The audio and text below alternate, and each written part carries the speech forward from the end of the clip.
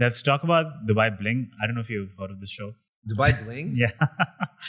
I know you've been asked this question multiple times. I've heard you answer multiple interviews, but I do want to ask the same question because I like the questions that you ask and the way you ask them. So go ahead. Save it till the end. Now maybe it's only downhill from here. But I want to ask the same question because I think it'll set the context for all the other follow-up questions. Yeah. So how accurate are these reality shows? If you had to put a percentage on it, how accurately did they depict who you are as a person? How accurately do they depict who I am as a person? It's a complicated question to answer. So I'll answer in a different way. I think what they produce, is TV, and we're not involved in that at all, right? We're not involved in the edits. We don't see the show before it comes out, and it's kind of like their thing. How I feel like I was depicted when I watched it myself is I didn't feel like it was all me. I was trying to be me, and sometimes I kind of felt like it's not the way I do things or how I want it to be. But then you kind of like let it go and just do whatever you have to do, and because you're not in control. Right? You're taking these Legos, your Legos, right? You're giving it to someone else to build for you. Is that all editing? How they change the narrative?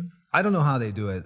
Or is it like because you're also in front of the camera? It changes things, right? If you have 5 cameras pointing at you, the conversation is way different now. Conversation different. I mean, people act different also. That's the other thing, I noticed like a lot of situations in my career as a whole that when cameras start rolling and you're in a room with people, like they really change. It's not the same person that... I'm sorry, Marwan. I should have been the same person. The moment it started rolling, became bad cop. But yeah, I know what you mean. Yeah. Yeah. So if you had to put a percentage, how do you think? How close was it? Hard to put a percentage. 50% maybe? Hard Ballpark? Hard to put a percentage because it's difficult to answer that question, and I think it's a very good question, and I think for the purpose of any reality TV, I think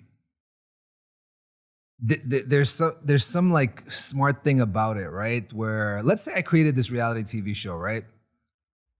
And let's say me and you were on it, and you like didn't know I was here, right? You randomly were in this coffee shop and hey, Marwan, you're in here today? I'm like, yeah, I am. Come, let's have a seat. And then we're sitting here doing this interview. Does that seem real or fake to you? Pretty fake. Pretty fake, right? Yeah. So, and let's say like we had another scene where this part of the show, right? We were doing this exact same thing, minus the mics. We're having a pretty serious conversation, right?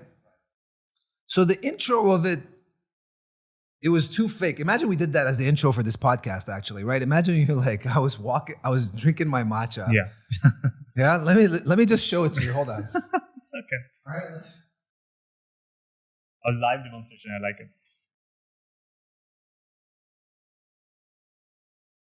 And go. Oh, Hey, Marwan. you're here? How convenient I've got the mics and cameras set up. Oh my God, Yeah, that's mic crazy. set up Yeah, too? crazy. Podcast?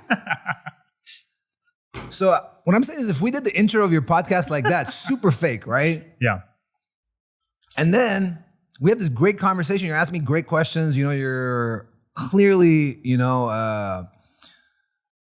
did your research and you know everything. We're having a really good, deep conversation. So when someone asks me about this podcast and say, hey, is it real or is it fake? I can't answer the same answer across because I have to say, well, the intro, it was fake because I was walking past the room and I just kind of stopped. Obviously there was a mic and my matcha cup was in my hand and all the cameras in the right saucer spots. with the biscuit was on the table, guys.